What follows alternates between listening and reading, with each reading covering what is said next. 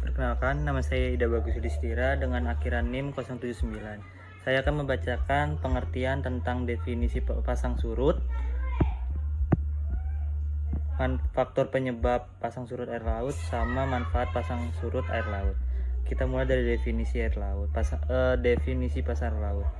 Definisi pasang laut itu adalah perubahan periodik pada ketinggian permukaan laut yang disebabkan oleh gaya gravitasi antara bumi, bulan, dan matahari. Pasang surut juga ini terjadi dalam siklus harian dan bulanan, dengan dua peristiwa utama, yaitu pasang kenaikan permukaan air dan penurunan permukaan air. Pengaruh utama berasal dari gravitasi bulan yang lebih dekat dengan bumi dibandingkan matahari. Meskipun gravitasi matahari juga memberikan kontribusi, faktor lain yang mengaruhi pasang surut adalah topografi dasar laut, bentuk pantai, serta angin dan tekanan atmosfer.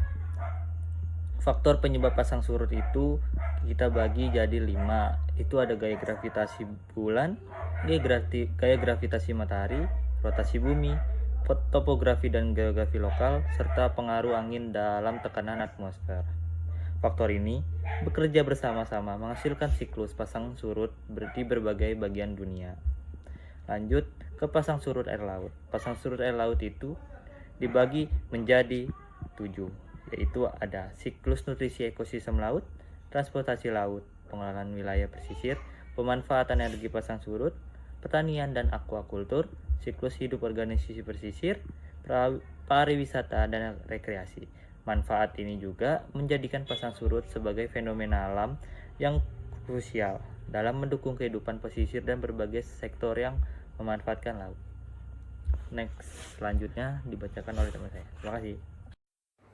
Sebelumnya, perkenalkan nama saya Nevia Paulana dengan akhiran NIM 116. Baik, untuk selanjutnya yaitu adalah program pengamatan pasut atau pasang surut air laut.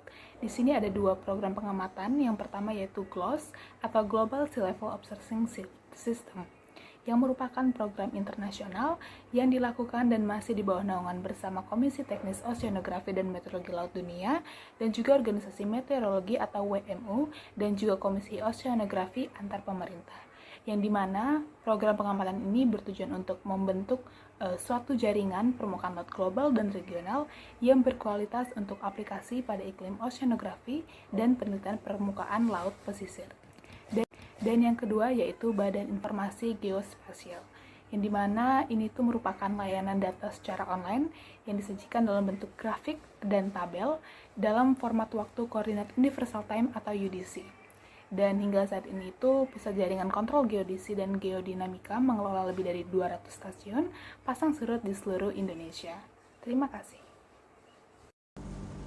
Adapun tujuan pengukuran pasang surut air laut, tujuan dari diukurnya tinggi pasang surut air laut adalah yang pertama, keamanan navigasi, studi polusi, analisis dan prediksi gelombang, studi kejadian ekstrim seperti gelombang tinggi atau tsunami, scholar change atau berbahan jangka lama.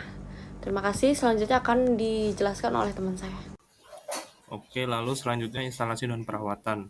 Nah, instalasi alat pasang surut air laut perlu memperhatikan lokasi yang stabil, kedalaman air yang cukup, dan aksesibilitas untuk pengamatan. Lalu perawatan meliputi pengecekan rutin dan pembersihan alat. Nah, pada instalasi alat pasang surut air, tantangan dalam instalasi ini ialah meliputi aksesibilitas dari lokasi, kondisi cuaca yang tidak menentu, kestabilan dasar air laut, dan kemungkinan keterbatasan sumber daya manusia, serta material untuk pemasangan. Oke, setelah instalasi alat ukur pasang surut air laut, berikutnya ada perawatan alat ukur pasang surut air laut. Perawatan alat ukur pasang surut air laut meliputi pembersihan rutin untuk mencegah korosi dan penumpukan organisme laut, pemeriksaan fisik komponen untuk mendeteksi kerusakan, kalibrasi ulang secara berkala untuk menjaga akurasi, kemudian serta pengecekan daya baterai dan kabel koneksi. Lalu pemantauan data secara teratur diperlukan untuk mendeteksi anomali, serta pemeriksaan sensor dan penggantian komponen yang aus. Alat juga perlu dilindungi dari korosi dengan pelapis anti korupsi, dan jika dilengkapi data logger Sistem komunikasi harus dipastikan bekerja dengan baik. Perawatan yang baik memperpanjang usia alat dan menjaga keakuratan data. Sekian, terima kasih. Halo, nama saya Imade Krisaralia Satwikananda dengan NIM 23135111097. Saya akan menjelaskan beberapa alat pasang surut. Nah, alat pertama yaitu adalah namanya pressure tight gauge. Nah, tight gauge ini dia tuh mengambil data pasang surut dengan menggunakan tekanan dari pasang surutnya laut. Terus yang kedua itu adalah acoustic tight gauge. Jadi acoustic tight gauge ini dia tuh menggunakan suara dari pasang surut yang nanti akan ditangkap oleh sensor akustik di dalam acoustic tight gauge tersebut. Nah, yang ketiga itu adalah floating tight gauge. Jadi floating tight gauge ini dia tuh akan mengambang di permukaan air yang dimana nanti akan dibawa oleh pasang surutnya, antara apakah dia akan naik atau turun tergantung apakah itu pasang atau surut. Nah, nanti akan sama alat tersebut akan diubah menjadi data pasang surut. Baik, itu adalah penjelasan saya tentang beberapa alat-alat pasang surut. Mohon maaf jika ada kesalahan. Selanjutnya akan dijelaskan oleh teman saya. Terima kasih. Baik, perkenalkan, nama saya Diluis Tirano dengan NIM 23135111106. Kali ini saya akan ingin melanjutkan mengenai apa sih tight staff, sistem radar dan satelit yang sebelumnya sudah dijelaskan oleh teman saya. Ada beberapa, yaitu tiga pokok juga, dan selanjutnya ini saya akan menjelaskan tentang tight staff. Oke, untuk tight staff itu alat yang digunakan untuk mengukur ketinggian pasang surut air, biasanya di lokasi seperti pelabuhan atau muara. Terus tight staff ini biasanya terdiri dari tiang atau batang vertikal yang dilengkapi dengan skala pengukuran.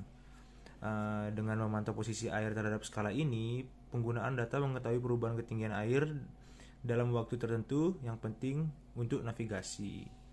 Nah, selanjutnya apa sih sistem radar yang atau bisa dibilang radio detection and ranging?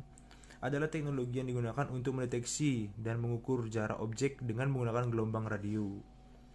Dan sedangkan untuk satelit, sebagai alat ukur merujuk pada penggunaan satelit untuk mengumpulkan data dan informasi dari permukaan bumi atau atmosfer yang bisa dikategorikan di luar angkasa. Satelit ini dilengkapi dengan berbagai instrumen dan sensor yang dapat melakukan berbagai pengukuran. Mungkin sekian yang dapat saya paparkan tentang mengenai apa itu tadi tight staff, sistem radar, dan satelit. Sekian dari saya, terima kasih. Perkenalkan, nama saya Ralvita Desasanti dengan NIM 23135111103. Di sini saya akan menjelaskan tentang aplikasi pasang surut air laut. Aplikasi pasang surut air laut itu yang pertama ada menetapkan muka surut standar untuk survei hidrolik dan hidrografi dan kelautan lainnya. Yang kedua, untuk pelayaran di laut yang dangkal. Yang ketiga, untuk proyek raksasa jembatan ataupun kapal pelabuhan dan reporter. Selanjutnya akan dilanjutkan oleh teman saya. Terima kasih. Perkenalkan, saya Kaila Miliananggi dengan NIM 23135111091. Saya ingin menjelaskan pengaplikasian alat ukur pasang surut air laut. Pengaplikasian alat ukur pasang air laut itu terbagi menjadi 3, yaitu yang pertama untuk navigasi. Data pasang surut sangat penting untuk navigasi kapal, terutama di perairan dangkal. Lalu yang kedua itu untuk budidaya laut. Informasi pasang surut digunakan untuk mengatur jadwal, pemberian pakan, dan pergantian air pada tambak. Lalu yang terakhir untuk penangkapan ikan. Nelayan menggunakan data pasang surut untuk menentukan waktu yang tepat untuk melaut. Selanjutnya akan dijelaskan oleh teman saya. Terima kasih. Perkenalkan, nama saya Yuman Sudewi dengan NIM 23135111083. Di sini saya akan menjelaskan mengenai aplikasi yang dapat digunakan untuk mengetahui pasang surut dari air laut dan juga pengaplikasiannya. Nah, yang pertama itu ada Info BMKG. Info BMKG adalah aplikasi pasang surut air laut yang dikembangkan oleh BMKG yang memuat berbagai informasi mengenai cuaca dan ketinggian gelombang laut di wilayah Indonesia. Kemudian yang kedua itu ada My Tide Times Tables and Chart, adalah aplikasi informasi pasang surut air laut dalam bentuk tabel sehingga mudah dibaca dan simple. Memudahkan juga bagi peselancar, nelayan ataupun orang-orang yang berkegiatan di laut agar mengetahui berapa pasang surut air laut daerah tersebut. Kemudian yang ketiga ada pasang surut laut dekat saya. Sesuai namanya, pasang surut air laut dekat saya dirancang khusus untuk melihat kondisi pasang surut air laut dengan tampilan yang sederhana. Pengguna bisa dengan mudah juga memantau kondisi laut.